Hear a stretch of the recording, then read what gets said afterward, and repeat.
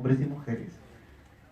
Y es el cambio del enfoque paulatino y gradual que pretende generar o pretende decir que la procedencia de nuestros derechos se dan por ideologías y no por un reconocimiento de lo que somos. Siguiente, por favor. Bueno, hay género transespecies. Siguiente, por favor. Eso es interesante porque ambos aún están vigentes, ¿no?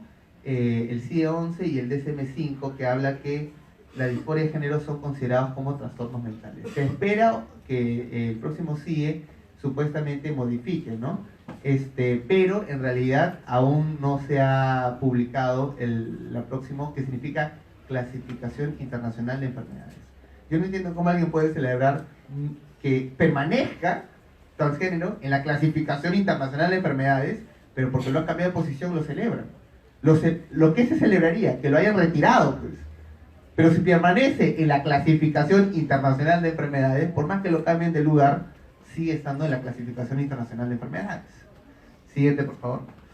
Bueno, inclusive esta posición, una vez más, lo que se ha venido presentando tanto de forma histórica como por el Ministerio de la Mujer, también se ratifica por propuestas legislativas, como la que vemos a continuación. Hay un proyecto de ley 790, que es el proyecto de ley sobre identidad de género. Y en el artículo 3, esta es su definición, para que no se piense que uno le atribuye palabras que no dicen o que no son. ¿Qué dice el artículo 3?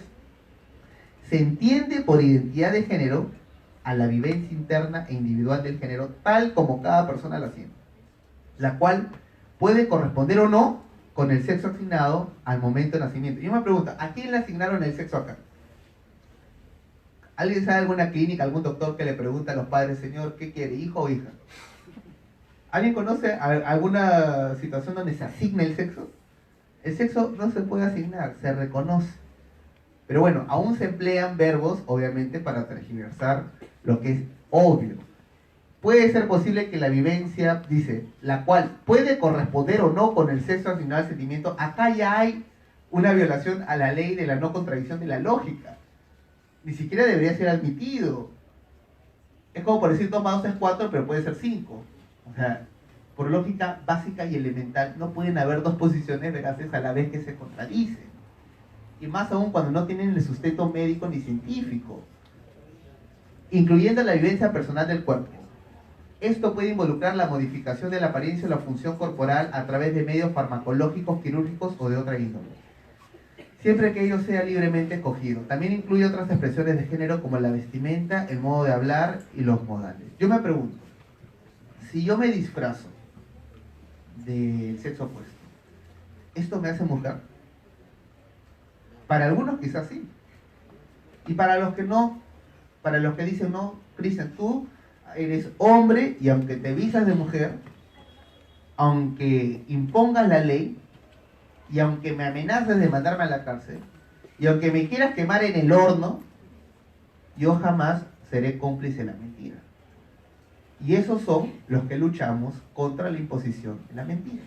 Para esto existe Con mis hijos no te metas, para erradicar la ideología de género del Perú, del continente y del mundo.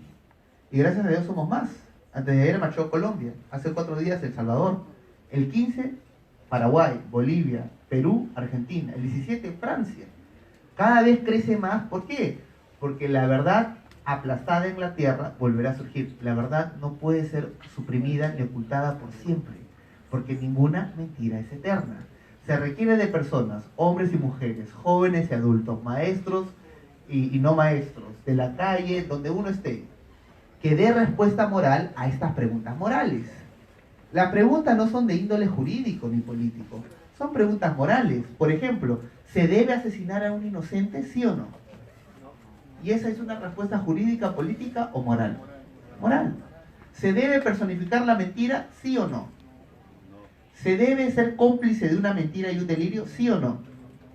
Entonces, estas preguntas morales están teniendo, ahora último, respuestas morales. Y respuestas morales en las redes sociales, en las iglesias católicas evangélicas, en las calles, en personas que no tienen alguna afiliación religiosa, en la academia, en todo el mundo. ¿Por qué? Porque recordemos lo que el reverendo Luther King Jr. decía siempre, y lo escribió muy bien en una carta desde la cárcel, sobre el régimen nazi. Elijo. Recordemos que todo lo ocurrido y acontecido en el régimen nazi fue legal y fue democrático. La legalidad no es sinónimo de justicia, no siempre. Legal fue la esclavitud. Legal en algunos países es el aborto. Legal en otros países es la identidad de género. Pero eso no necesariamente lo hace justo. Para que la justicia sea justa, debe ser justa para todos. Y debe basarse en la verdad. ¿Puede haber justicia que se base en la mentira? ¿Puede haber justicia que diga que el indio no tiene alma? ¿Que el negro es inferior al blanco? ¿Que son mentiras? ¿Puede haber justicia así? No. No puede haber justicia. Porque la verdad es que todos tenemos una misma dignidad que nos da un valor absoluto, indistintamente el color de piel o el sexo. Y eso nos da derecho a la vida y nos da las libertades y el respeto a nuestras libertades. Entonces la justicia tiene que tener como base siempre la verdad.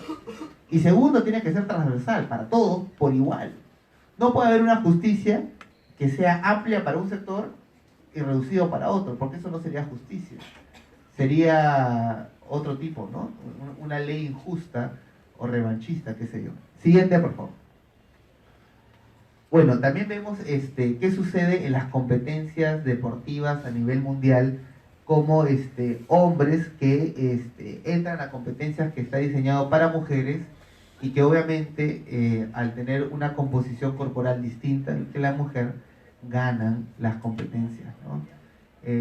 Obviamente el hombre produce más testosterona que la mujer, y esto no es porque el cuerpo humano sea discriminador ni nada, sino porque así es la naturaleza, ¿no?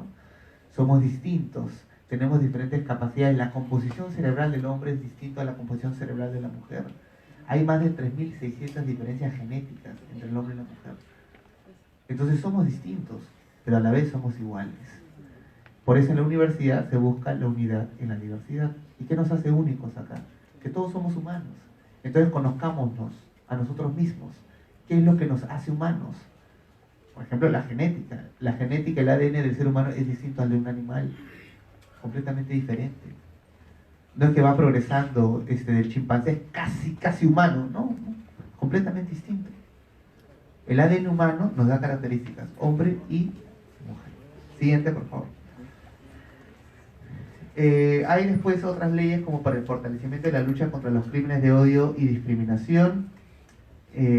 Discriminación, incitación a discriminación, el que por sí o mediante terceros realiza actos de distinción, exclusión, restricción o preferencia, incita o promueve que se anulen o menosprecien los conocimientos, goce o ejercicio de cualquier derecho de una persona o grupo de personas reconocidos en la ley, en la Constitución, factor genético, filiación, identidad étnica, identidad de género.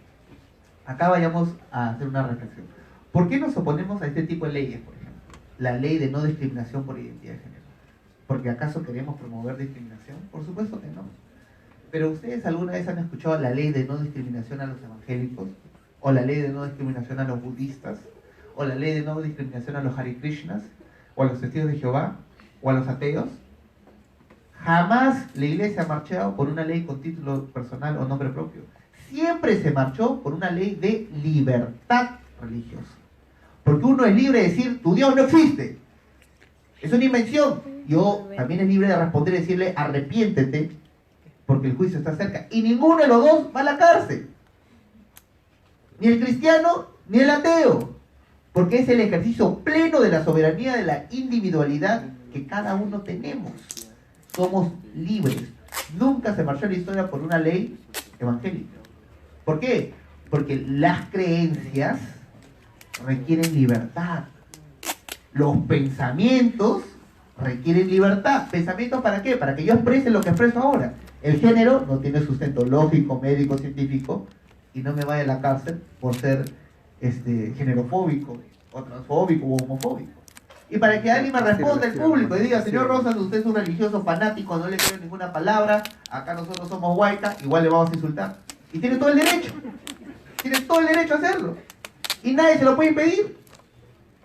¿Por qué? Porque somos libres de discrepar en privado y en público, en Facebook, en redes, en persona, en la calle, en la universidad. Somos libres. Y de la misma forma, si a una persona le gusta un hombre, es su decisión, es libre. Si una persona se quiere es libre, pero lo que no es libre es de exigirme a que yo lo acepte y que sea colaborador tácito con mi silencio. De ninguna forma. Recuerdo un debate con Nicolás Lucar, donde llevaron a la presidenta de la Federación Transexual del Perú, una mujer que se presentó como el señor Michael Romaní, y me dijo el periodista Lucar, ¿qué le tiene que decir, señor Rosa? Le dije, muy buenas noches, señora. Señora, no se lo permito, retráctese. Y me dijeron, ¿por qué no se puede retractar, señor Rosas? Bueno, en mi caso, porque soy cristiano. No puedo ser cómplice de la mentira. No puedo pretender no saber lo que todos sabemos. Y no sentir lo que todos sentimos. Por último, entonces me declaro culpable de proclamar la verdad. Méteme a la cárcel. Y es así. Uno no puede sacrificar lo más sagrado que tenemos, que es la conciencia, ante el altar de una ideología. Ni hoy, ni mañana, ni ayer. Somos libres. Y somos libres por diseño. Y nada ni nadie puede quitarnos la libertad. La libertad, como no se puede quitar, lo único que puede ser es censurada, coaptada y coartada. Nadie te puede quitar la libertad. Con ley, tú sigues pensando como piensas. Bajo amenaza de muerte, sigues pensando como piensas. Lo único que pueden hacer al no reducir tu libertad es coaptarlo, censurarlo, amenazarlo o castigarte o matarte. Pero nadie puede quitar tu libertad. Somos libres por diseño. Siguiente, por favor. Bueno, en el Currículo Nacional de Educación Básica igual lo mismo sobre el tema de género. Siguiente, por favor. La Ley General de Educación, el deber de educar a sus hijos. Bueno, habla sobre la libertad de enseñanza. La libertad de enseñanza es reconocida y garantizada por el Estado, los padres de familia o quienes hagan a sus veces tienen el deber de educar a sus hijos y el derecho a participar en el proceso educativo y a elegir las instituciones en que estos se educan de acuerdo con sus convicciones y creencias. ¿Esto por qué? Porque los hijos del Estado era un término solamente que usaron los soviéticos, los fascistas, los nazistas. El derecho humano reconoce el derecho individual y se asume servidor del ciudadano, que es el fin supremo. Ya no es un medio. Hijos del Estado era en la época del siglo pasado. Ya no hay hijos del Estado. ¿Por qué? Porque el Estado no puede procrear. ¿Quiénes procrean? Los hombres y las mujeres. Y ellos tienen la responsabilidad y el derecho de formar y forjar a sus hijos según sus creencias, según su tradición, según su cultura. Somos libres de pensar y de creer como mejor consideremos. Esto no puede ser amenazado, coactado, limitado por el Estado, ni tampoco por la religión. Ojo, ni por la religión, ni por el Estado. Somos libres por diseño. Siguiente, por favor. Conclusiones. Nosotros somos física, biológica, neurológica, psicológica y morfológicamente diferentes, y nuestros proyectos de vida tampoco tienen por qué ser iguales. Acá algo muy importante. Cada ser humano e individuo tiene derecho a la autodeterminación. Si uno quiere ser profesional, o quiere ser empresario, o quiere ser ama de casa, o quiere ser madre, o quiere ser padre, es la decisión individual de cada uno. ¿Por qué yo tendría que plasmar mis expectativas en el prójimo? ¿Con qué autoridad? ¿Acaso yo soy el autor de su libertad y de su vida? ¿Acaso el Estado es el autor de tu vida y la libertad? No, la palabra autoridad viene de autor. Para los que son creyentes reconocemos que el autor primigenio de tu libertad, tu vida, tu diseño y tu familia no es el hombre ni la religión, sino el creador. Y eso es una premisa que John Locke, como teorista político, lo recoge. Dice, somos dignos y la dignidad es inherente porque refleja la imagen y semejanza de Dios. Este absoluto nos hace a todos iguales en valor, a todos, sin distinción alguna, incluyendo la persona que es atea, que tiene orientaciones LGTBI, es igual de digno, igual, el mismo valor que el heterosexual. Pero ojo, sus atracciones o sus creencias o su falta de creencias no le generan ni un derecho, porque somos humanos y por ser humanos ya tenemos los mismos derechos. Para la ideología de género no existe lo natural, la naturaleza humana que haga a unos hombres y mujeres. Negar la naturaleza es como negar la lógica, ¿no? O sea, hay cosas que el hombre no crea. Por ejemplo, las notas musicales. Do, re, mi, fa, sol, la, si, do. ¿Quién podría decir que las notas musicales son retrógradas? Que son arcaicas, trogloditas. No se puede, porque las notas musicales no son creadas por el hombre, son descubiertas. Las leyes de la física, la aritmética, la trigonometría. ¿Alguien podría decir que es antiguo? No, yo ya no sumo, hermano, porque ese es demasiado troglodita. Ahora yo estoy en división nomás. Hay leyes que son naturales, como la moral. Por ejemplo, mentir. Decir que mentir es malo, ¿es algo antiguo? ¿Es algo del pasado? ¿Es algo futurista? Es algo permanente. La ley moral no tiene edad. Robar, mentir, corromper, abusar, asesinar al inocente siempre va a ser tan malo hoy como lo fue ayer y lo será mañana. Es una ley natural que está en el compás moral de todos nosotros. ¿Acaso a un niño tú le enseñas clase de filosofía y moral para que entienda cuando la madre dice, ¿me estás mintiendo? No, porque todos tenemos un compás moral. La música, la física, las matemáticas, estas cosas no lo inventa el hombre, los descubre. Imaginémonos que hagamos un edificio posmoderno y digamos, no quiero puerta, no quiero ventana, es completamente nuevo. Podrá ser nuevo como tú quieras, pero tú no le puedes cambiar la base del cimiento. Si tú le quitas el fundamento, ese edificio se cae, pues. Tú puedes avanzar en el conocimiento de la trigonometría, el cálculo, pero tú no puedes aplicar a las reglas básicas de la aritmética. Porque eso no sería progreso, eso sería cambio.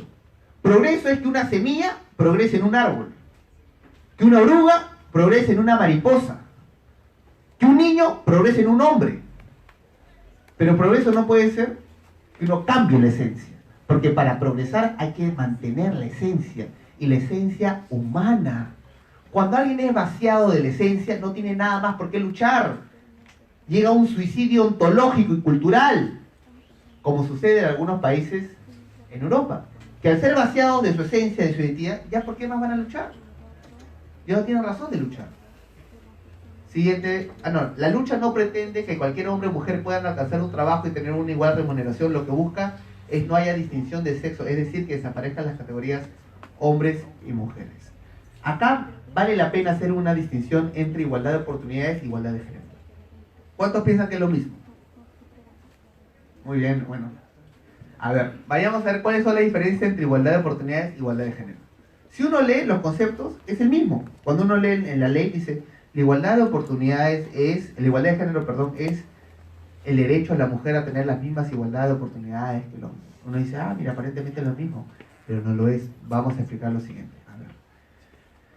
La igualdad de oportunidades parte de una premisa que es, te reconoce al hombre y a la mujer como iguales en capacidad y en potencialidad.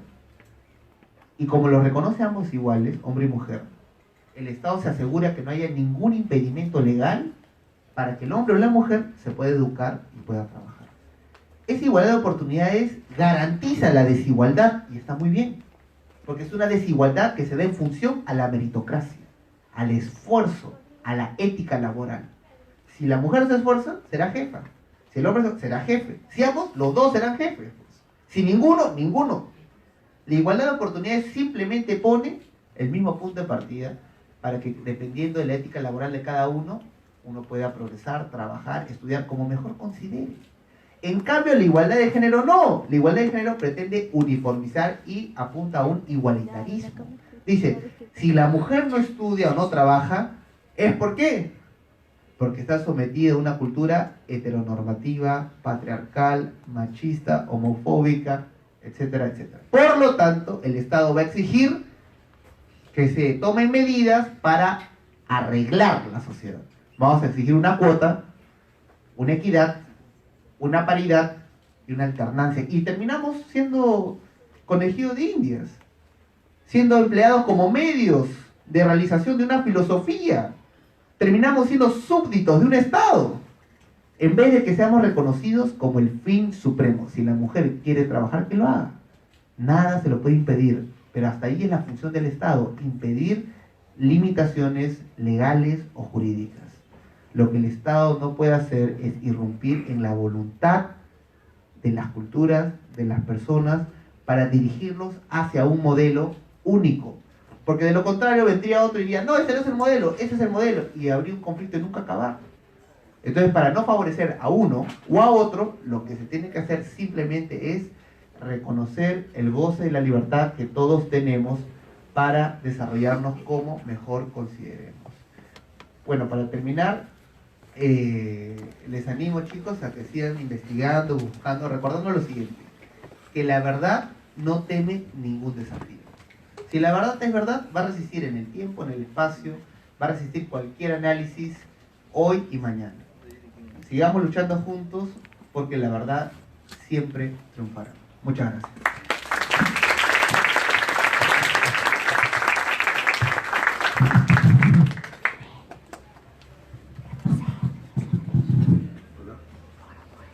Hola. Hola, no sé si me escuchan. Está muy bajo acá el audio. Pero...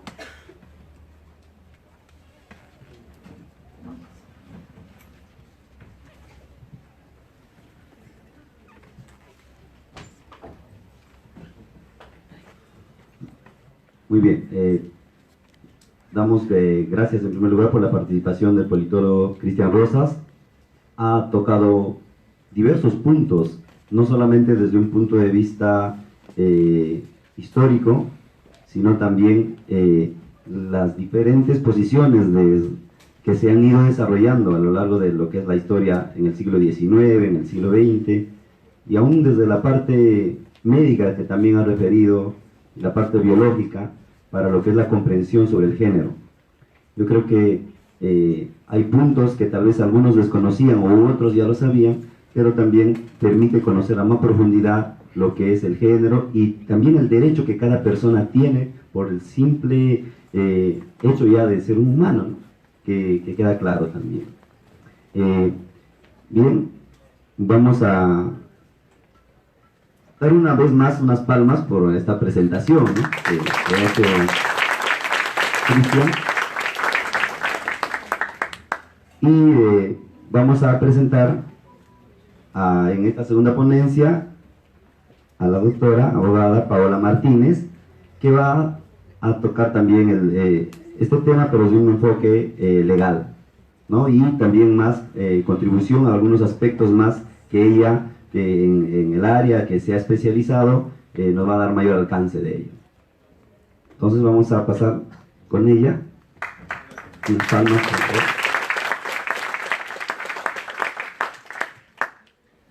Ante todo, disculpas por la demora. Ustedes saben que el tráfico en Lima está terrible.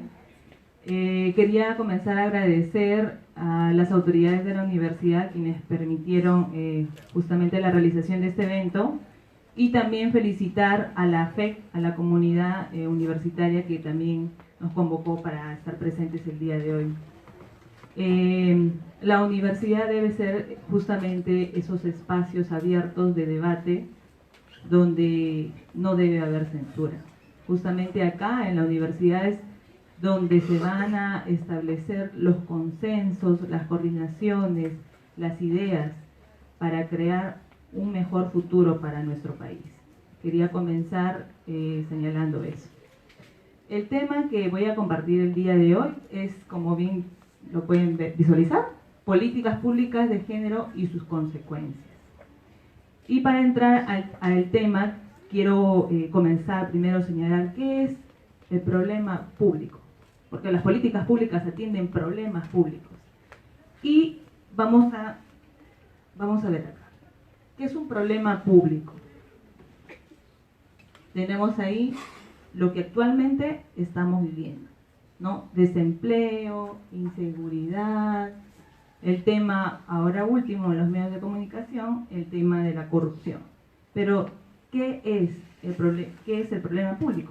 Justamente son esas carencias objetivas que alteran el bienestar de las personas, de la sociedad, de los procesos de desarrollo que tiene un Estado. Entonces veamos, por ejemplo, qué problema público con data del INEI actual podemos ver que se está incrementando y no está siendo atendido por el Estado. Veamos, por ejemplo, De acuerdo al indicadores de resultados de los programas presupuestales, primer semestre de 2018 de la anemia, tenemos que se ha incrementado en más del 50%, más del 40% en el área rural, por ejemplo. Y creo que todos conocemos y hemos tomado conocimiento en esta semana, en las semanas anteriores, justamente ese tema, el incremento de la anemia. El siguiente problema público que está siendo invisibilizado por el Estado, por este gobierno, es el siguiente, que hace poco, fue de esta semana.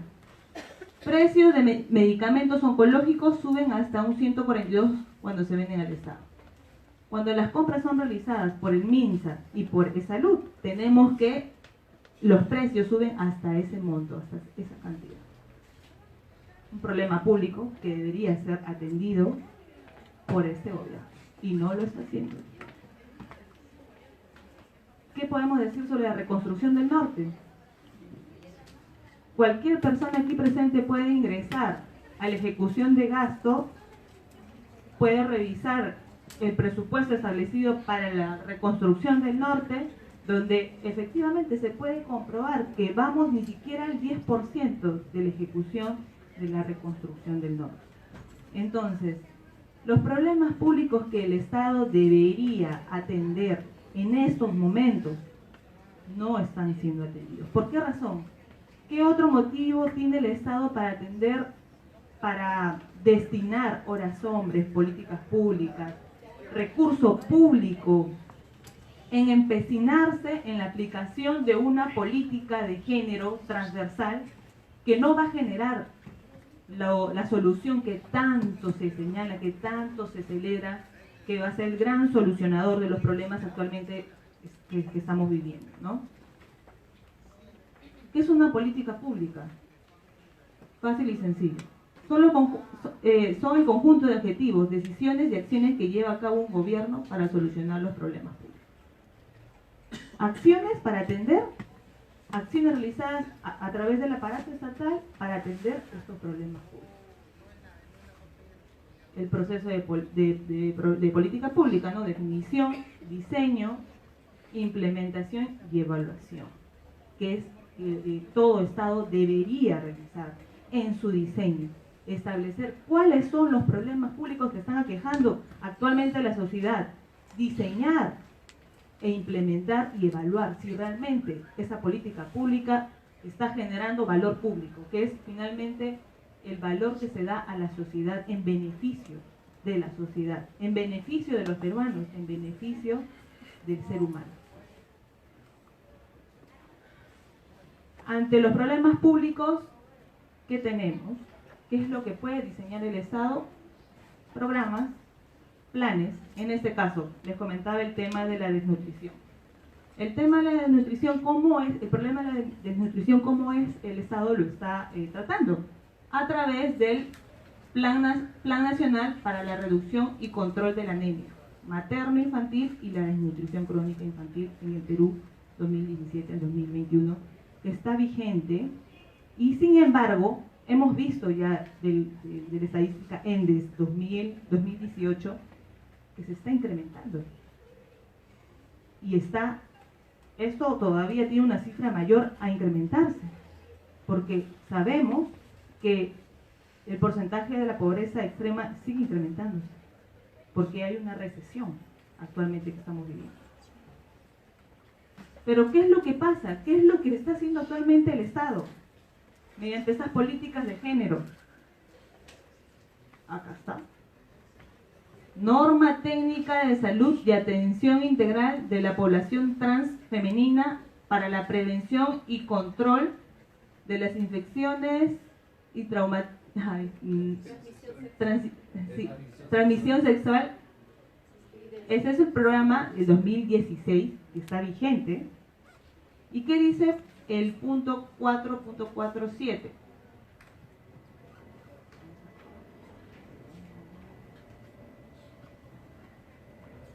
Dice: las vacunas, las pruebas de diagnóstico del VIH, los preservativos y lubricantes y los medicamentos para el tratamiento de ITS y VIH y para el proceso de hormonización son gratuitos en el marco de la atención integral de la población trans femenina, los que serán financiados por el programa presupuestal 016 TBC VIH. Definitivamente nadie puede estar en desacuerdo, no importando la preferencia, los gustos sexuales o cualquier otra gustos, preferencia de cualquier otra índole, en atender si es que este peruano se encuentra con una enfermedad como es la TBC, como es el VIH, como es el SIDA. Nosotros en este momento estamos cuestionando que este programa presupuestal, que como vamos a ver aquí, ustedes pueden revisar, es un programa orientado a la incidencia de la tuberculosis. Pero entonces, ¿por qué se señala que se va a redistribuir gratuitamente lubricantes y hormonización gratuita? ¿En qué está destinando el Estado nuestros recursos públicos? Todos aquí pagamos impuestos. Y lo que debe y debería hacer el Estado sería atender las necesidades básicas y principales que cada uno de los peruanos necesita. Sin embargo, estamos viendo en un documento oficial que se está destinando recursos a través de políticas de Estado como es este, dentro de un presupuesto que debe solamente tratar a personas con tuberculosis o VIH o SIDA. Sin embargo, se está generando un gasto adicional para este presupuesto que es la hormonización. Hormonización para atender a personas que sufren de disforia de género y que requieren, por un tema personal y propio, la hormonización, porque no se encuentran a gusto con el sexo biológico que tienen, ¿no? Entonces, estamos viendo claramente cómo es que el presupuesto del Estado está siendo destinado para otros fines, menos para atender los problemas públicos que debería atender. Pues bien, vamos a ver un poco lo que es acerca de las políticas públicas en un marco general. Sabemos que se basan dentro de lo que es el Plan Bicentenario del 2021, ¿no?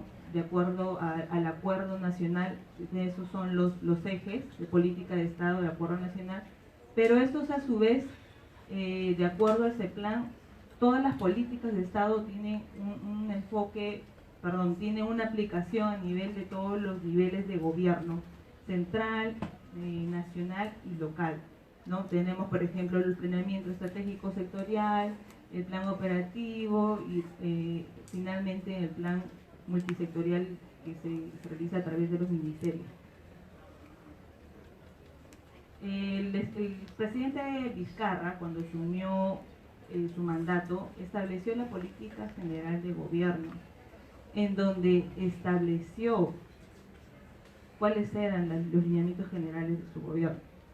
Y acá podemos ver, en el punto 4.6, dice, promover la igualdad y no discriminación entre hombres y mujeres, así como garantizar la protección de la niñez, la adolescencia y las mujeres. Efectivamente, esto fue al inicio del mandato del presidente Vizcarra. Sin embargo, en el transcurso de los meses de su gobierno, ha mostrado una posición en favor de este enfoque que como vamos a ver más adelante y vuelvo a repetirlo con data estadística, ha quedado demostrado que no tiene el impacto que dice que va a solucionar problemas como la reducción de la violencia contra la mujer, como la reducción del bullying, entre otros. Estas políticas también están alineadas a los objetivos 2030 de la ONU. Todos sabemos que estos organismos internacionales son los que de una u otra forma están conminando a los estados a la aplicación de estos enfoques que no tienen sustento científico, como ya lo comentaba Cristian, enfoques ideológicos que no atienden la realidad que actualmente está viviendo cada uno de los países con cada problema que tiene. Simplemente son ideologías que a lo largo de los años ha demostrado que no causan un impacto favorable justamente para la sociedad. Tenemos el acuerdo, el acta de compromiso que ha firmado, suscrito nuestro gobierno, ¿no?, para adherirse justamente a estos objetivos del 2030. Ese es el sistema de las Naciones Unidas, es por eso que tenemos diferentes organizaciones que van de la mano con los diferentes ministerios y vienen implementándose en cada uno de ellos este enfoque de género, ¿no?, llamado mal enfoque de género porque debería llamarse ideología de género. Pero bueno, seguimos. Esta es la articulación de las políticas públicas con objetivos al 2030, ¿no? Tenemos, como ya lo mencionaba, el tema del desarrollo sostenible de la Agenda 2030, el tema de la cooperación internacional, el acuerdo nacional y sobre todo la OCDE, que últimamente hemos escuchado y que el Perú y ciertos personajes políticos sueñan que podamos entrar pues a este programa que definitivamente nada bueno también va a traer para esta nación, ¿no? Pero aterricemos aquí actualmente sobre las políticas públicas en el Perú.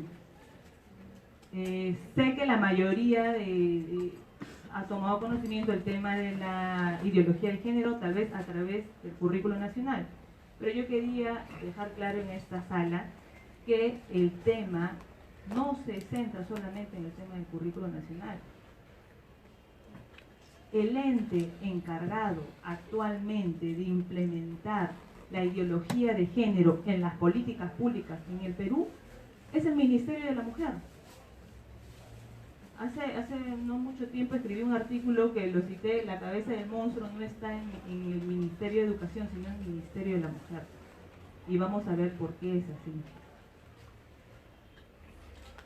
En primer lugar, el artículo 1 y 3 de la Ley de Organización y Funciones del Ministerio de la Mujer y Poblaciones Vulnerables, ¿no?, señala que ellos cumplen la rectoría, asumen la rectoría en las políticas nacionales y sectoriales sobre la mujer y poblaciones vulnerables, y la ley expresamente lo establece. ¿Quiénes conforman la población vulnerable? Niños, adolescentes, ancianos, discapacitados, desplazados, inmigrantes internos. Esta es realmente la población vulnerable que el Estado debería atender. Hace poco estuve en Ayacucho, en Huancayo, y sinceramente la pobreza sigue incrementándose. Los ancianos siguen indigentes, los niños siguen en cada paradero, siguen limpiando los carros, siguen pidiendo limosnas. Es una realidad que no podemos ser ajenos. Sin embargo, el Estado se da la vuelta a este problema y atiende y considera tal vez dentro de población vulnerable a personas que tienen atracciones pues distintas, atracciones, orientaciones, gustos y preferencias, como ya lo señaló Cristian, y que por esa condición están solicitando privilegios y derechos que no les corresponden, porque debe quedar claro que los derechos vienen por el simple hecho de ser seres humanos. No necesitamos absolutamente nada más para poder tener los derechos humanos. Entonces, la población vulnerable son ellos: niños, adolescentes, ancianos, discapacitados, desplazados, inmigrantes internos, de acuerdo a la Ley de Organización y Funciones del Ministerio de la Mujer. Entonces, asimismo establece como competencia la promoción y fortalecimiento, lo que les comentaba, de la transversalización del enfoque de género en los 3 niveles de gobierno y sector privado. Entonces, el Ministerio de la Mujer es el ente encargado de la implementación del enfoque de género en las políticas. La transversalización, que en todo sistema, en todo programa presupuestal, plan de gobierno, se debe implementar. Y de esta forma, el Ministerio de la Mujer emitió pues el Plan Nacional de Igualdad de Género 2012 y 2017, que fue el responsable que en cada uno de los ministerios y organismos autónomos del Estado se implemente este enfoque de género en absolutamente todos los programas que pueden tener dichos ministerios o los organismos autónomos que les comento. Entonces, este documento, el Plan Nacional de Igualdad de Género, es un plan que tiene a su vez documentos conexos, como por ejemplo la Guía de Orientación de Enfoque de Género 2016.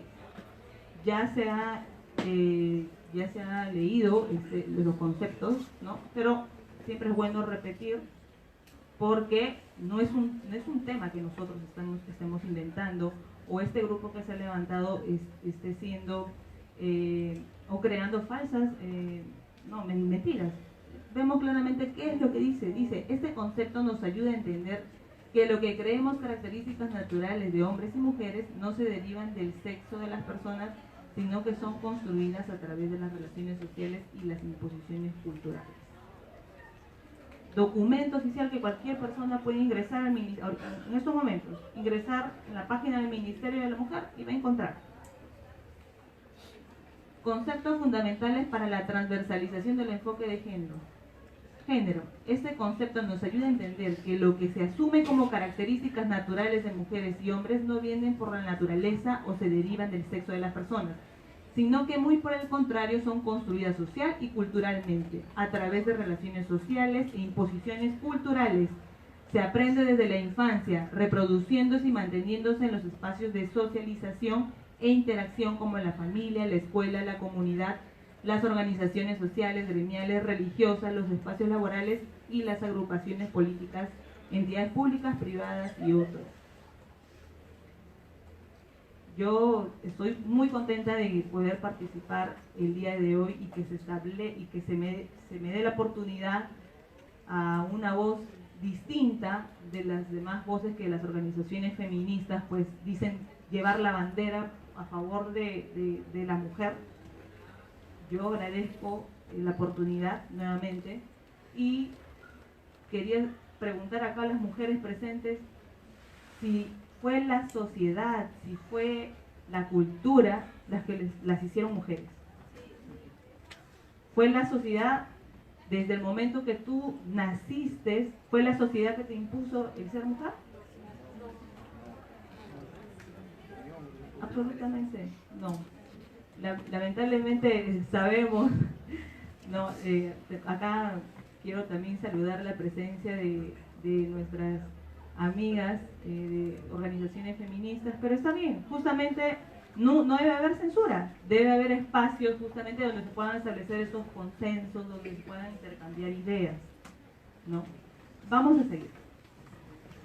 Dice, igual, el Plan Nacional de Igualdad de Género que señala en relación a la igualdad de género, dice, en una situación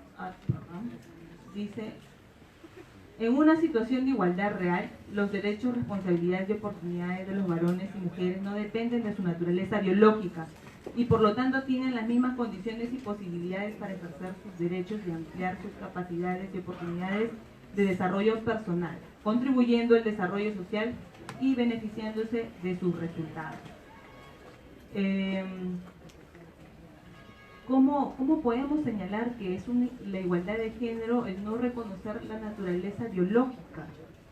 ¿Qué pasa cuando una mujer en su trabajo pide licencia por maternidad? ¿Acaso eso no es una diferencia? ¿No es, no es algo propio de su naturaleza? Y no vamos a desconocer esa naturaleza, ese derecho que tiene. No, definitivamente no. Esto ya lo habíamos señalado. Quería comentarles acerca del efecto discriminatorio de las políticas públicas de género. Esta es la guía para el uso del lenguaje inclusivo. Si no me nombras, no existe. Y este documento capacita y señala a los diferentes funcionarios de las instituciones públicas, por ejemplo, que dejen de usar estas palabras: caballerosidad, instinto maternal, hombría, porque según señalan no se adecúa al enfoque de género. Vendrían a ser palabras sin enfoque de género.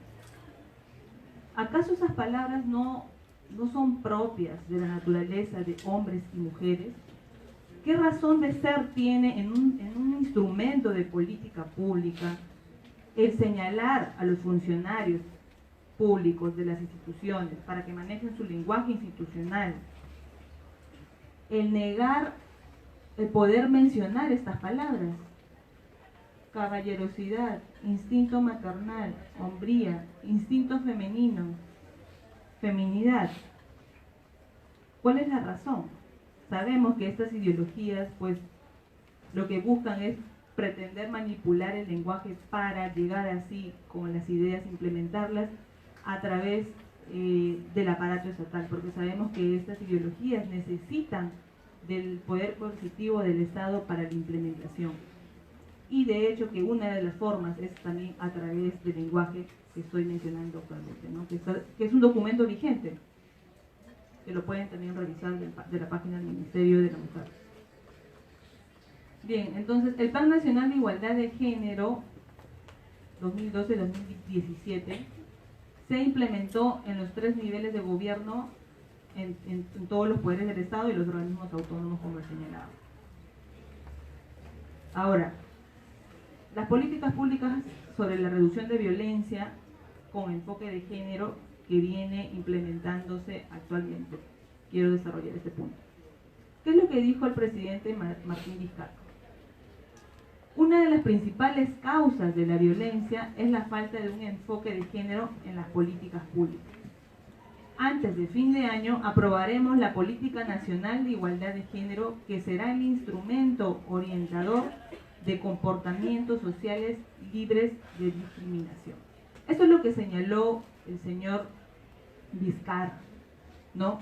Que la principal causa de la violencia es el enfoque de género. Pero vamos a ver que no es así. Sí, la falta de un enfoque de género. Este es el informe estadístico Homicidios en el Perú 2011-2017, elaborado por el INEI, Ministerio Público y Poder Judicial, donde efectivamente se ve un incremento de la violencia. Tenemos, por ejemplo, las muertes violentas asociadas a hechos delictivos, cómo se ha ido incrementándose año tras año. Y finalmente en el 2017, el año pasado, tenemos cerca de más de 2.000 muertos, ¿no? Asesinatos. Ahora, de acuerdo al informe estadístico Homicidios en el Perú 2011-2017, que les menciono, establece cuáles son las causas de esas muertes. Vemos acá como primer punto la venganza, la delincuencia, golpes traumáticos para facilitar u ocultar un delito, celos, violencia familiar, defensa propia. Entonces, como el presidente Vizcarra señala que el incremento es la falta del enfoque de género, cuando estamos apreciando de las estadísticas oficiales que se trata de un tema de salud pública.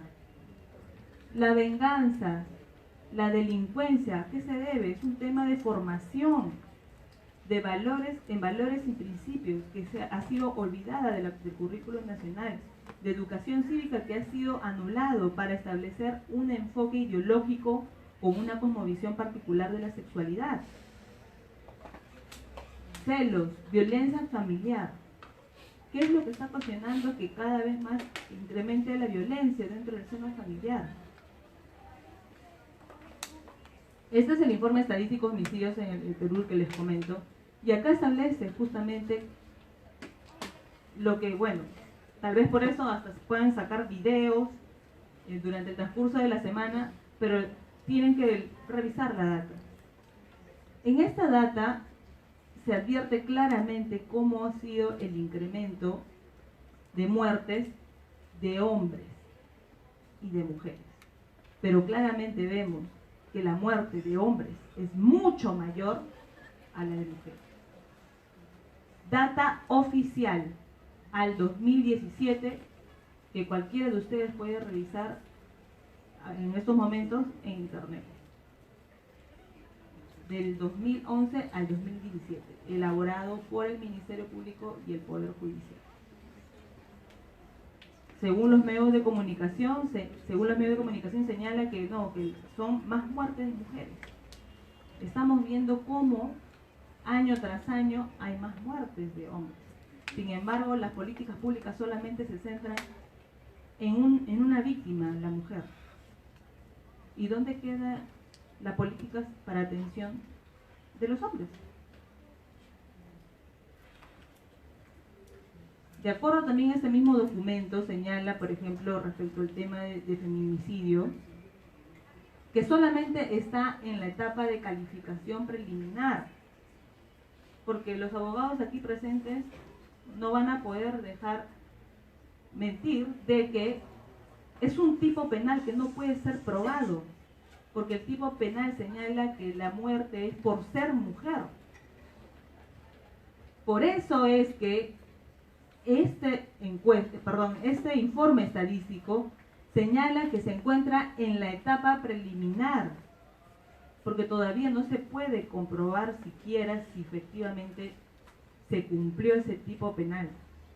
Ahora, ¿cuántas muertes de mujeres del globo del 2017 tenemos? Que fueron 131. 131 muertes de mujeres y 2.247 muertes de hombres. Siempre es mayor el número de muertes de hombres que de mujeres.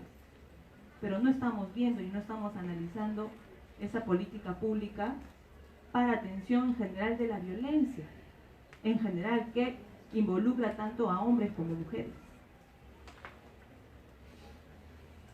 Otro efecto que tiene las políticas de género es el efecto discriminatorio, porque si se trata en estos tiempos de empoderar a la mujer, estos objetivos corresponden al Plan Nacional contra la Violencia de Género 2016-2021.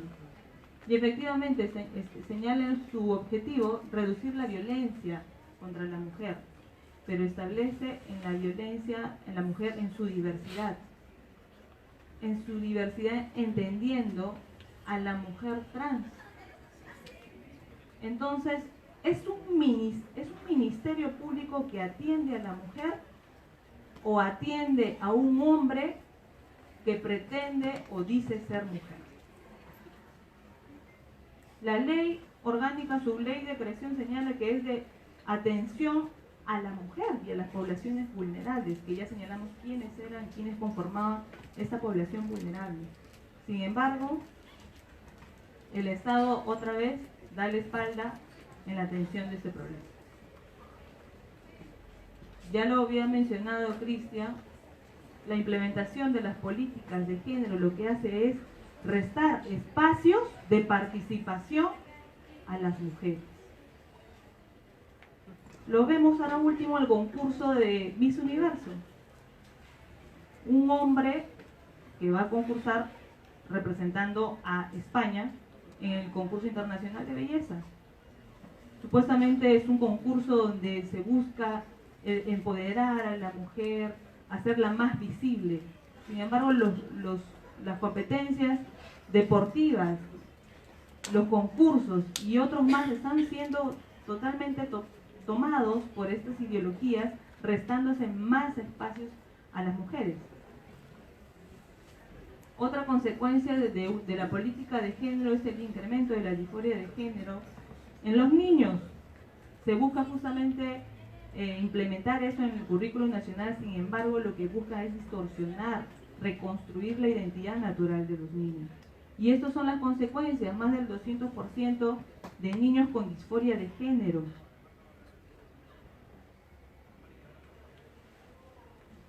Ese es un caso real de Argentina, ¿no? Políticas públicas de hormonización en niños. Crean 20 centros de hormonización para trans y uno será para niños. Los efectos nocivos de la hormonización, de los bloqueadores de hormonas y de la hormonización que pasan todos los niños traen efectos irreversibles para su salud. Sin embargo, se atiende y se prefiere no afectar a ese niño, no decirle la verdad, como decía Cristian, ser cómplice de esa mentira y encima con nuestros impuestos, con el dinero del presupuesto público. En relación a las políticas de salud, quería señalar algo que sí llamó bastante mi atención, es que actualmente, bueno, esta data es del 2016 también del INEI, tenemos el reporte de funciones de mujeres según causas, y la mayor causa de muerte de mujeres son por tumores, por cáncer. ¿Cuánto tenemos? Más de 9.000. ¿Qué es lo que está haciendo el Estado en atender este problema público? ¿Por qué sigue empecinándose en atender y en imponer una ideología a través de la política pública de género, cuando estamos advirtiendo que la gran cantidad de mujeres, de muertes, se da justamente por tumores malignos? Yo no digo de que no se considere la muerte de esas mujeres, sino que el tema responde a un tema de violencia que se da dentro de la familia. En la mayoría de los casos se ha advertido que ha sido de esa forma, ¿no? Realizado por la pareja, por el conviviente, por el esposo, pero responde a un problema general de política de salud, de violencia, incremento de violencia. Esta es la estadística también de muertes de mujeres y hombres por VIH. Acá se señala que por VIH muere en total 166 mujeres, mientras que el mismo año, 2016, 672 hombres. No hay relación esta data con esta data. ¿Debido a qué? ¿Cuál sería la respuesta de que en el 2016 que una mujer contagió a 5 hombres, a 10 hombres? ¿O es que dentro de la población, la comunidad LGTBI está viendo un alto índice de contagio? Porque si fuera proporcional, pues coincidirían ambas datas. Sin embargo, no es así. Tenemos un 166 a un 672. Y claro, con los protocolos de atención que les mencionaba en su momento, donde se distribuye gratuitamente a la población trans lubricantes, preservativos, lo que está haciendo el Estado es expandir estas enfermedades de transmisión sexual en vez de atenderlas, de prever que no puedan ocurrir a través de prevención, de educación sexual, que debe ser, claro, desde la biología, pero no desde la biología y no desde ideologías, ¿no? Yo quería terminar con una frase, no sé, se dice normalmente que es de una autora, pero no es de esa autora, lo busqué. Lo personal es político, señala este autor o autora desconocida. Pero, de acuerdo a la data estadística que hemos revisado, donde las preferencias personales, los gustos y atracciones personales, individuales, la manera y la forma como cada persona quiere vivir su vida, no pueden ser impuestas a la mayoría de personas, no pueden transgredir los derechos humanos, no pueden imponerse a través de políticas en contra de otros derechos. Por eso yo digo que lo personal no es político, porque finalmente no atiende estos problemas públicos y no ayuda en nada a crear una mejor nación, un mejor país. Quería terminar con eso. Gracias.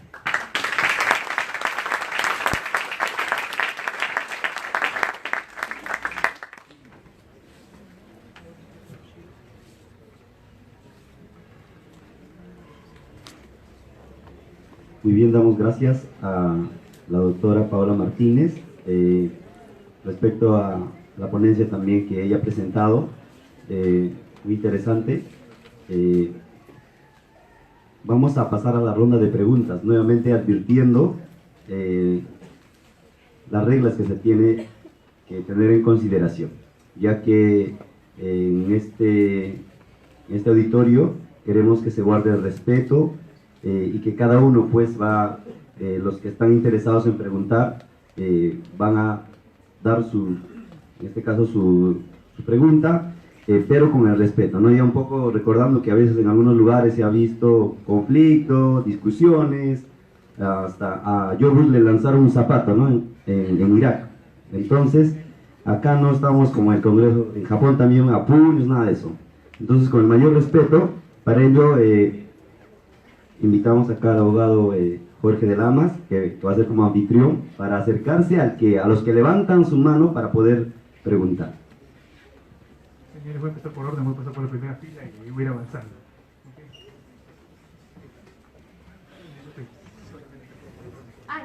Hola, Cristian. Bueno, para tu conferencia, en la parte de tu conferencia dijiste que el epicentro de la mujer era ser madre, ¿no? Bueno, dijiste que era como la realización de la mujer, incluso que utilizaste la realización, ¿no? Es el epicentro del poder de toda mujer, es dar a luz, dar vida. Ya. Pero, ¿qué pasa con las mujeres que no queremos ser mamás o las mujeres que son estériles, ¿no? De hecho, hace unos meses nomás, este año salió una encuesta de Datum que señala que dentro de los anhelos de la mujer solamente el 4% quiere ser mamá, busca ser mamá. Las mujeres principalmente quieren viajar, terminar su carrera, trabajar, ¿no? Entonces, ¿qué define a estas mujeres que el epicentro de su poder es más bien estudiar, ser profesionales y no buscan ser mamás? ¿Son menos mujeres? Claro, bueno, muy buena pregunta. Cuando hablo que el epicentro del poder de la mujer es dar a luz, me refiero al hecho natural, que es la capacidad biológica que es única y exclusiva a la mujer y no al hombre, que digamos es una distinción objetiva y científica. Y aprovecho para responder el tema de la estadística, mira. ¿Y las mujeres que no pueden ser mamás? Bueno, las mujeres que no pueden ¿Son ser menos mamás, mujeres? No, porque por dicen que es el epicentro de su poder ser mamás y las que no pueden. Bueno, las que no pueden no son la norma, pues son la excepción, ¿no? Y eso no es, no digamos, en capacidad, no estoy diciendo decisión. En cuestión volitiva uno puede decidir, por ejemplo, hay hombres que deciden tampoco tener hijos y tienen una pareja homosexual y nunca se reproducen, pero no es porque no puedan, sino porque no quisieron. Entonces, cuando yo me refiero que el epicentro del poder de la mujer me refiero a su capacidad biológica de poder hacerlo. Obviamente hay excepciones, tanto en los hombres como en las mujeres, ¿no? Eso no los hace ni menos hombre ni menos mujer, pero es una cualidad distintiva y exclusiva de la mujer. Ahora, vayamos a empezar lo siguiente con la estadística. Si solo el 4% de las mujeres quieren ser madres, ¿cuánto sería la próxima generación? Desapareceríamos. Yo creo que el tiempo va a ser la mejor defensa para demostrar que ¿Y por qué crees que son menos las mujeres que quieren ser mamás? ¿Pero 4%? ¿Por qué crees que es eso? ¿En serio? ¿Cuántas mujeres hay acá? Ya, ¿cuántas de ustedes no quieren ser mamás? Ya, hay 2, 3, 4, 5, 6, 7. ¿Cuántas quieren ser madres? Muy bien. ¿Hay más? O sea, yo no sé, bueno, pero a ver. Las estadísticas pueden ir y pueden fluctuar, pero yo creo bien difícil pensar que solamente el 4% de todas las mujeres peruanas quieren ser madres. Pero bueno, en fin. El comentario una vez más iba apuntado al hecho de que esta es una capacidad exclusiva del cuerpo de una mujer, ¿no? Una identidad que no es otorgada por la sociedad. O sea, por más que la sociedad me quiera hacer mujer, a mí, o sea, no puede modificar lo que soy. Ni yo tampoco puedo modificar por presión, ni por creencia, ni por cultura, lo que ustedes somos lo que somos, no por volición, sino por naturaleza. Sí, una pregunta para la abogada. Vi que habían citado también unas estadísticas de INEGI en donde señalaba que la principal muerte de una mujer es por tumores. Pero también hay una estadística de INEGI también de este año que señala que 10 de cada denuncias familiares que llegan, 8 son de mujeres.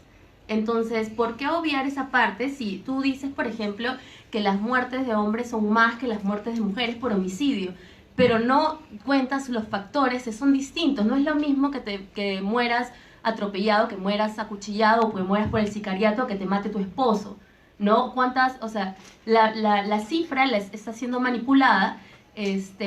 Cuentas que los homicidios son más, pero es porque hombres se matan entre hombres por el sicariato, por el robo, por muchos otros factores, y las mujeres son asesinadas por sus parejas, por sus acosadores, ¿no? Por sus exparejas, por sus esposos, por sus maridos. Eso es diferente, ¿no? Tú como abogada, ¿por qué esta manipulación de las estadísticas? No es lo mismo, o sea, ¿por qué obviar los factores de esas muertes? Acá nadie está manipulando nada.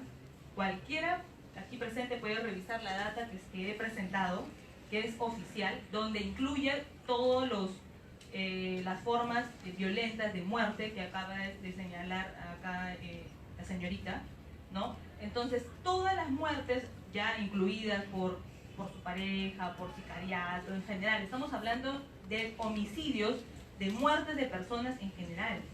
Nadie está desconociendo que existe un porcentaje de muertes de mujeres.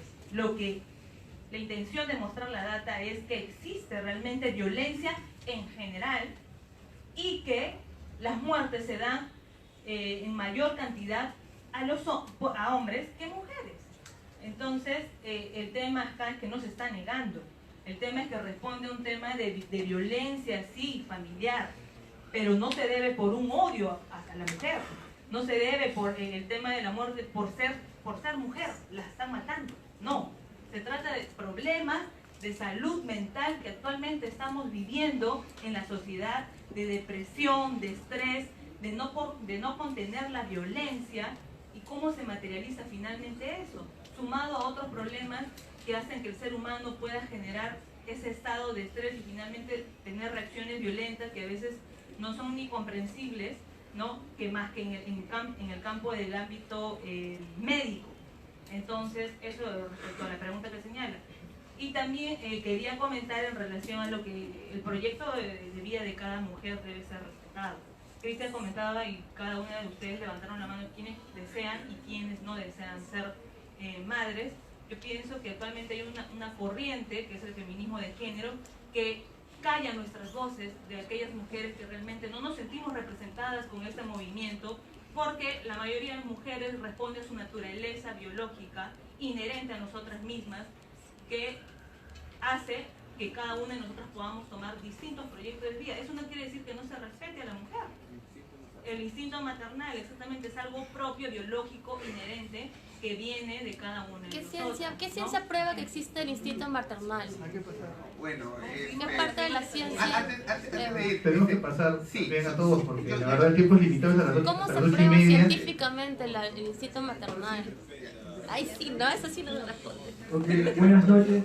Primero que nada, buenas noches al señor Cristian Rosas, a la señora Paula Martínez. Un gusto estar aquí, es muy instructiva su charla. Mi pregunta para Cristian Rosas es, voy a tratar de formularlo lo mejor que pueda. Usted habló de las políticas de izquierda del siglo pasado en cuanto al nazismo, al comunismo y al fascismo, y cómo todo formaba parte de algo mucho más peor, el colectivismo. Entonces, mi pregunta, bueno, para acabar con el nazismo hizo falta una guerra. Para acabar con el fascismo, de igual forma, el comunismo en Rusia se quedó como 70 años. Mi pregunta es la siguiente: ¿cómo podemos hacerle frente a este nuevo colectivismo que vivimos en el siglo XXI? Bueno, muy buena pregunta. Una característica de toda ideología es que es dogmática, porque la gente que asume la ideología asume que el mundo va a ser perfecto o mejor, o se va a llegar a la utopía si se implementan estas ideas. Y cuando uno asume una ideología, habla en términos colectivistas, o sea, habla en términos de la clase o el género o la raza o el Estado. Entonces, cuando uno habla en plural, asumiendo la perspectiva de todos, entonces todo detractor o toda persona que es una persona que se opone a este pensamiento, usualmente, ¿qué ha sido? Reprimido, perseguido, encarcelado y exterminado. Esto no es una invención ni ninguna hipótesis. Uno puede analizar todo el siglo pasado para ver qué ha sucedido cuando una idea o el Estado se ha convertido en conciencia o moral de los ciudadanos, ¿no? No, un rato, la pregunta era cómo combatirlo, ¿no? Bueno, en el caso del siglo pasado, estas ideologías lograron tomar el Estado y desde el Estado pretendieron imponerlo no solamente a sus conciudadanos, sino al mundo. En el caso actual del género, se está en el proceso de tomar el Estado, no lo han tomado en la plenitud, pero por estas razones que reaccionamos. Ojo a lo siguiente, lo opuesto a la verdad es la mentira, pero el enemigo de la verdad es el silencio. Entonces cuando uno conoce la verdad y uno calla, otorga. Por ejemplo, la pregunta que hizo Paola, ¿no? ¿Uno es mujer por cuestión social o por evidencia o por naturaleza? O sea, más allá de la opinión que cualquiera dé acá, un cabello siempre va a revelar su identidad. Todos sabemos que esta es la verdad, pero la pregunta es, ¿por qué no proclamamos la verdad? Por temor. Entonces, para defender la verdad hay que tener coraje. Coraje viene de corazón, hay que sentir. Es la única forma de proclamar, proteger y sostener la verdad que nos da libertad en una sociedad.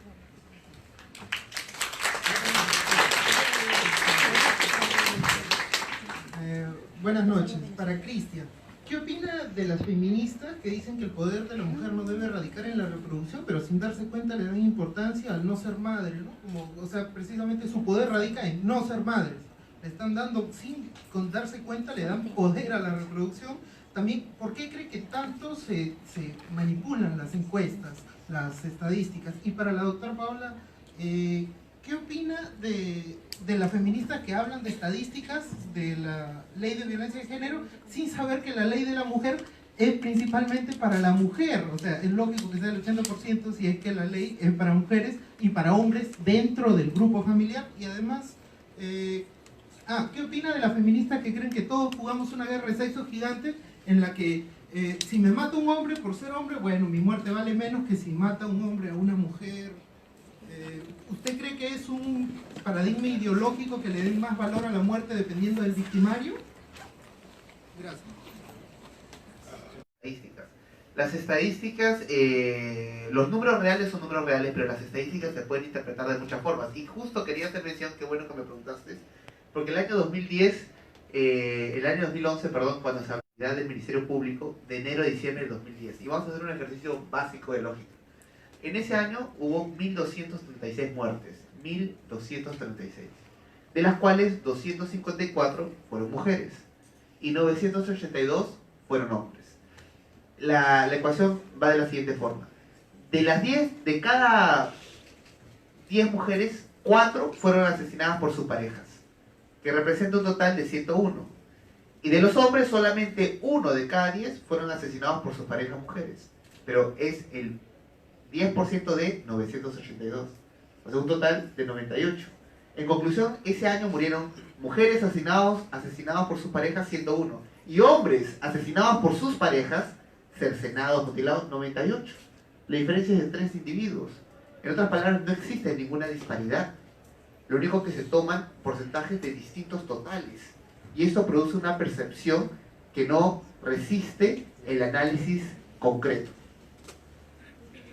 En relación al feminismo, es lo que ya estaba comentando, el feminismo de género, el feminismo radical que actualmente estamos viviendo a través de estas de la actividad de estas ONGs que vienen capacitando desde los colegios a las universidades, es una lucha que está causando gran daño y gran repercusión a nivel mundial, y aquí también, porque establece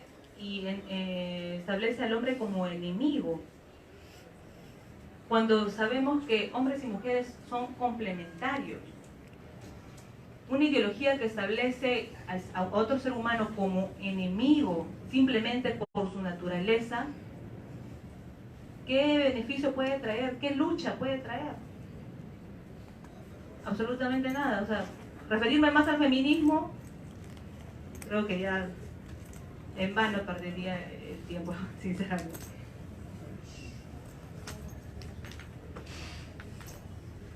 Correcto. Muy buenas noches a los estimados ponentes. Gracias por su participación. Quisiera añadir algo respecto al comentario que hizo la primera participante en este ruedo de preguntas.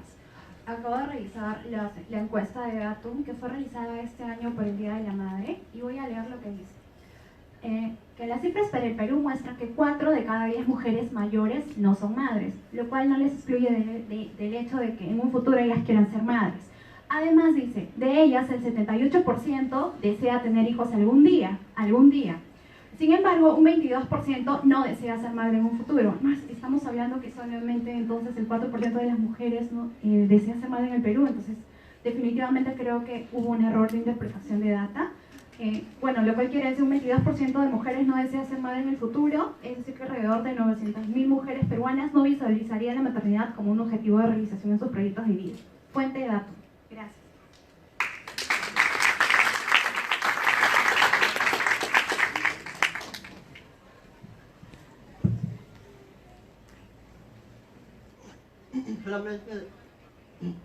Solamente, bueno, lo que actualmente sabemos que, actualmente sabemos que la ideología de género ha tenido mayor impacto, quizás bastante grande, en lo que es el sector de jóvenes y adultos que buscan o creen que es lo correcto, y muchas veces los jóvenes, ellos se lo creen, ¿sí? Ya que ellos no investigan, pero se lo creen. Entonces quisiera saber por qué la ideología de género ha tenido tanto impacto actualmente, y sobre todo por qué los jóvenes se lo creen. Y también quisiera preguntar a la señorita Paola, quisiera saber por qué el feminismo ha tenido tanto impacto entre las chicas jóvenes y cómo hacer para contrarrestar ese movimiento que actualmente lo que hace ahora el feminismo actual es estar en contra del varón y sobre todo lo que hace es causar un sentimiento de, mayormente lo que buscan es competir con el varón en todo sentido, y eso muchas veces lo que ocasiona es que la sociedad se vuelva más antagónica, y eso creo que, más bien eso creo que a mi parecer me parece algo que puede ocasionar muchas discordias entre ambos sexos. Muchas gracias.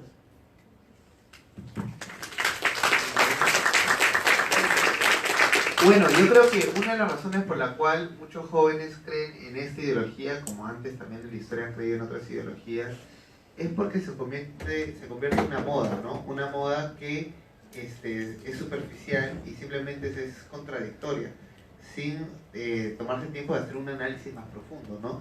O sea, una ideología es válida siempre y cuando se base en la realidad y la verdad. A veces uno piensa que el razonamiento, que es la construcción lógica, es suficiente. Por eso vale recordar siempre lo que decía Sófocles, el gran filósofo. Él decía, la verdad puede más que la razón.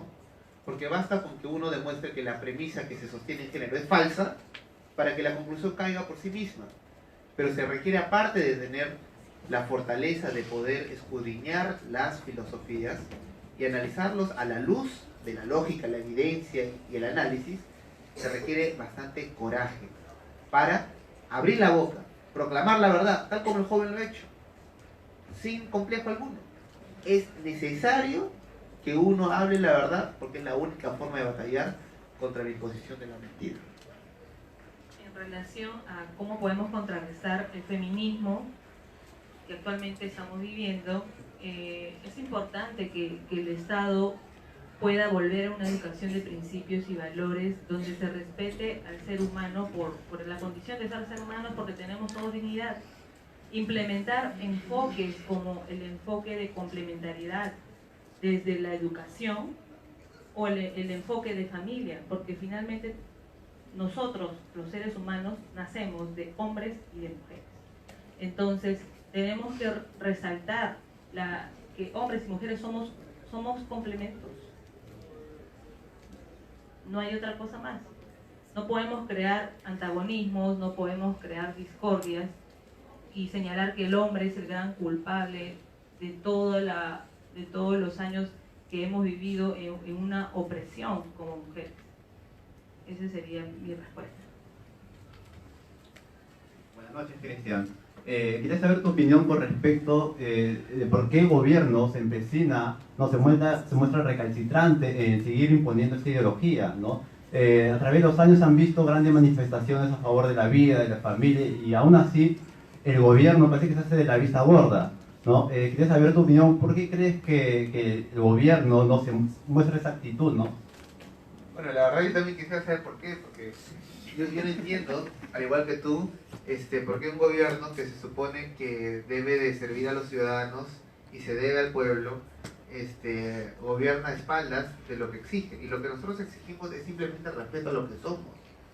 No exigimos que se imponga lo que nosotros particularmente podríamos creer en una religión, sino lo que es objetivo y antecede la religión y antecede el Estado, como las características propias de todo ser humano. Y esto, que es el denominador común entre todos, debe ser la base, y después dar libertad para que cada uno construya sus ideas como mejor le plazca. El problema se da cuando el gobierno o el Estado o el poder se emplea para imponer una filosofía en particular, y eso nadie tiene derecho. Por esta razón, este 15 de noviembre, en todo el Perú, en Argentina, en Bolivia y en Paraguay, marcharemos resuelta y decididamente para decir: género nunca más.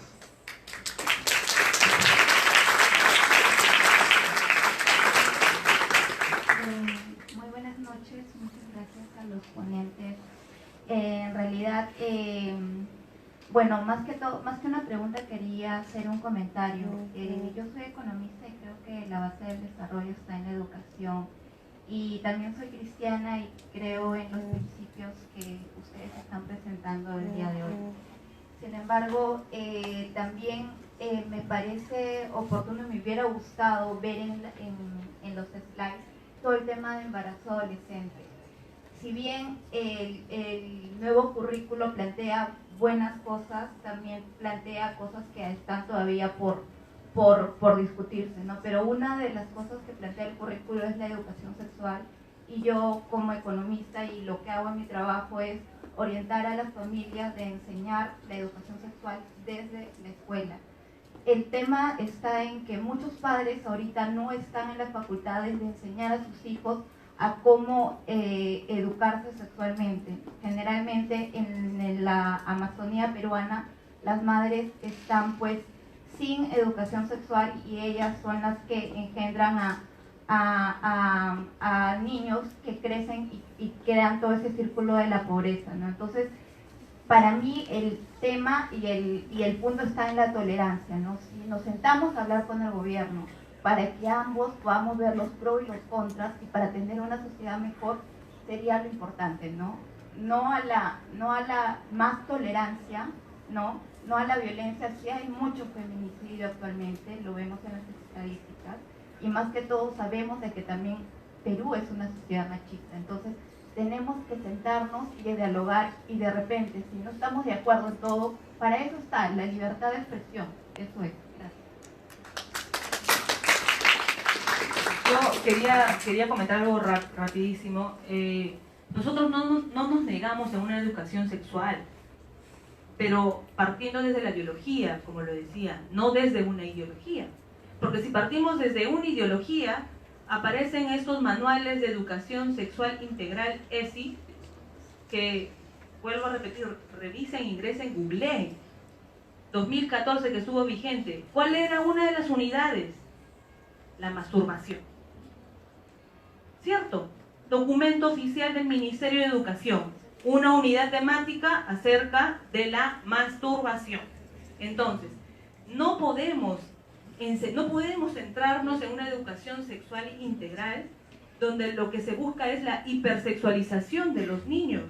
Si se busca justamente que el inicio sexual pueda ser en la edad que corresponda y no en una edad que biológicamente ni psicológicamente está preparado, entonces enseñemos con principios y valores desde un enfoque biológico, desde la función principal que tiene el ser humano, y no desde cosmovisiones particulares de la sexualidad. Nosotros no estamos en contra de eso, definitivamente, y que sí debe haber consensos y que sí debe haber mesas de trabajo y coordinación para justamente establecer los puntos de consenso, definitivamente sí, ¿no?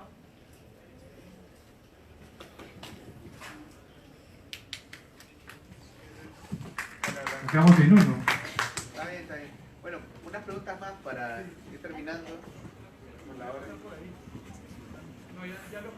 Claro, lamentablemente no le voy a poder volver a hacer el micro, pero sí voy a completar con ellos, Cristian. Te voy a robar, porque ha pasado por acá el orden, te voy a robar comprensión. Ante todo, muy buenas noches. Gracias a los ponentes por esta exposición. Quería contar ahí de la frase, la doctora creo que es Carl Miller, de Estados Unidos. Y bueno, quería antes de hacer las preguntas, contestar a la señorita que estuvo aquí, comentando antes que yo. En primer lugar, sobre el tema de lo que ella refiere sobre educación sexual, ¿no? Me parece ahí que no se debería confundir una educación basada en la biología y en la cual se vean los problemas reales de las mujeres, muy aparte de la ideologización, ¿no? Yo estaba leyendo algunos manuales de educación sexual de otros países que están muy influenciados por la ideología y prácticamente no tienen nada que ver con la prevención de embarazo, más bien de corromper la mente de los niños más que todo, ¿no? Yo creo que por eso es que muchos de acá se oponen a ese tipo de políticas. Y respecto al otro tema,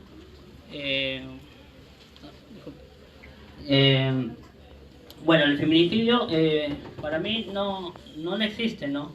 Porque el feminicidio por sí ya antecede la culpabilidad del hombre sin antes saber si realmente fue eso y no ver otras causas, ¿no? Prácticamente lo hace ver en blanco y negro y no ver si hay otros factores que hizo que ese hombre actuara así, ¿no? Y por lo tanto me parece que esa tipología en la legislación no debería ni siquiera existir. Y mi pregunta es, ¿cómo se debería hacer para combatir, digamos, esta ideología en nuestra sociedad, ya que lo vemos tanto en los medios de comunicación y tanto como en el gobierno y en las redes sociales, ¿no? Una cosa más, les voy a robar a todos preguntas concretas, nada más, porque se está acabando la batería de ese micro. Sí. No, creo, bueno, los que pueden escuchar, ¿no? Para luchar contra la mentira no se requiere tener financiamiento, ni ONG, ni poder. Basta con la boca, o basta con el dedo en los smartphones y en las redes sociales, ¿no? Lo único que puede combatir la mentira es la verdad. Hay que luchar, hay que proclamar, hay que resistir los insultos. Cada epíteto no debe disuadirnos, sino fortalecernos, ratificarnos en nuestra lucha. ¿Por qué? Porque nada que se haya levantado contra la naturaleza humana ha prevalecido en el tiempo. Nada. Por lo tanto, sería una apuesta que se queda sin fundamento histórico. Todo lo que se levantó pereció en el tiempo. No sé si podemos cambiar de título para que... Sí, claro. Creo que habrá la pregunta y corro y te paso el micro, ¿ya? Buenas noches. Primero quiero decir que usted no solo dijo que el epicentro del poder del poder de la mujer era dar vida, sino que dijo también que era su máxima realización. En segundo, me pareció muy interesante que ponga una definición de la OMS, cuando la OMS define como género, ¿qué cosa? Una concepción social de las funciones, comportamientos, actitudes y atributos que cada sociedad genera. Entonces, usan una concepción de la OMS para los que le conviene, pero para género no lo utilizan. Y segundo, aquí el moderador pide mucha tolerancia, pero cuando una mujer acá manifiesta que no quiere ser madre, un tipo atrás grita, esterilícense. Sí. Entonces, ¿de qué tolerancia estamos hablando? Y también que, como hablan de muchas estadísticas que acá también pueden revisar del INEI, las grandes brechas de desigualdad que existen por el género en el Perú. Gracias.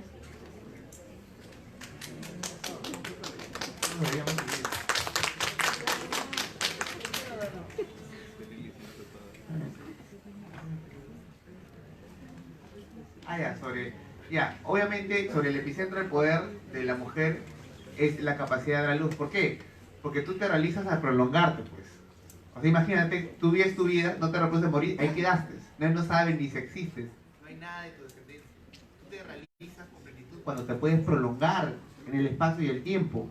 Por lo tanto, sería una realización limitada. Una realización que no trasciende.